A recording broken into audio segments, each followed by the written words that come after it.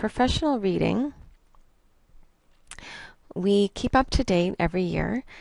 So we'll change however many issues are in each of these publications, we'll update that. And then you just click off skim, selected articles, cover to cover, and then you hit save. Any other readings, you would click here, and you can add a new publication.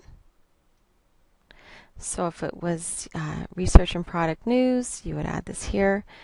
It's, newsletters, textbooks, self-study, audio tape, videotape. So it'd be other, and I would write here research and product news, 4 issues a year, cover to cover, and then you hit save. So this here is pretty straightforward. All your publications you check off here.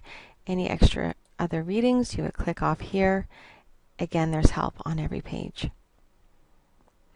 Now we're into activities and goals and evaluation, which is forms 6, 7, and 8. Okay, so what I recommend is just head over to the goals. And if you are just getting started now, I always recommend start at this year. Start planning your goals now.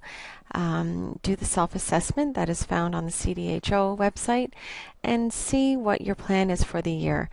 And then just type in your goals for 2012. If you keep current now, it's always good to do that. And then you can work backwards and start adding in 10 and 11, for example. So here are goals and activities. I want to add a new goal. And this is where you'd add a new goal. So I'm going to do 2012. Initiate the date. I thought about my goal, what I wanted to do on January 28th. And my goal is to investigate current ultrasonic tips. Okay, and I'm going to take 4 hours to learn about any new tips that are available to us. Continuing education, self-study. This is just where you click off what you're going to do, what types of continuing quality improvement activities you're going to do to achieve that goal. And then you write down here afterwards, did these CQI activities address my learning goals? You would type, click off yes or no. I don't know why that's not clicking off. There we are. Yes, yes. And then you hit save. Goal saved. And then I would add all your goals. So I have 5 pages of goals here. And it'll show you when you see here January 12th, this doesn't mean that you initiated this date on January the 12th, and we get a lot of calls about that. This just means that this is January of 2008, January of 2009. When all this information gets put onto the CDHO portfolio forms, they just want to know the month and the year. So that's why this comes up. This does not mean it's February 9th or October 9th. This is the month and the year. So when you're adding an activity, you click here, and I'm going to add a new activity. So say I read some information about the new tips that are available through Dentsply, and I read it in Preventive Canada Journal. So I'm going to click off goal. There I had my option to add a goal, a non-goal, or CPR. So this is my activities page. So anything that I do activities, I can do it all from here. I can add my CPR from here. I can add all my goals from here. I can add my non-goals from here. But right now I'm going to add an article that I read about ultrasonic tips. So I'm just going to see here if I can find here we are.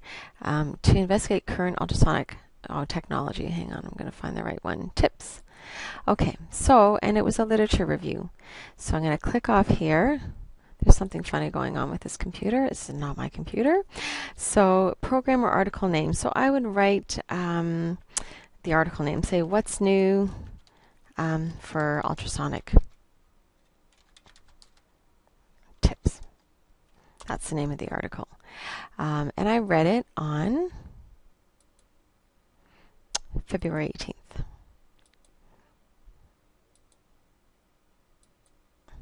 And it took me a half an hour to read this.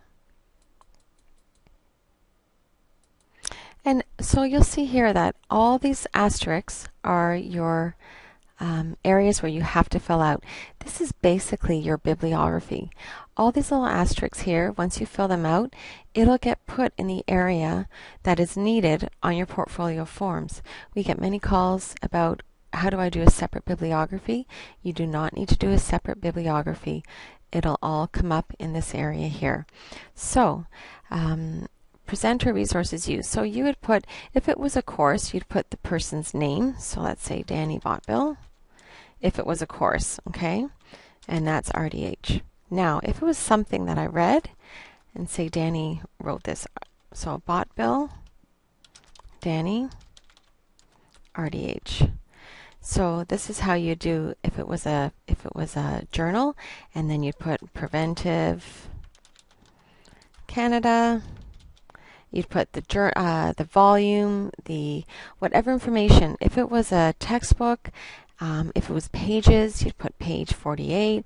Whatever you can add here, this is the resources that you were able to get this information. So that's just where you put that.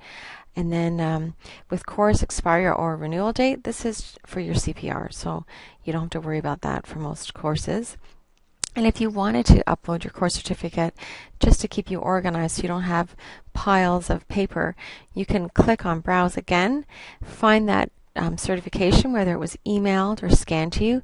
You double click on it, hit open, it'll get put into your portfolio. But when you do submit your portfolio, it will not go. It'll only go if you're asked. If the CDHO asks you for certificates, then you know exactly where you can find them. Otherwise, this does not get sent. They do not want to have all your certificates. Now, this area here is any notes that you've, I'm just going to type like this, any notes that you want to write down. So anything you've learned, I would recommend that you write all this down here. And then you'd hit save. And that's as simple as adding an activity. Now that was an activity that went towards a goal. Now if it was an activity that didn't go towards a goal, I would just here, and if you went to a conference like the ODHA conference that's in September, you're going to hear a whole bunch of different presenters. Some of them may go towards your goals, but some of them may not. It's just going to be an interest to you. So then you can choose here that there's a non-goal. And it was an in-class lecture, so I would click on here. I would write the name of the lecture here, the date, September 28th, I think it is this year, 2012, and you were in there for 2 hours. You write that down.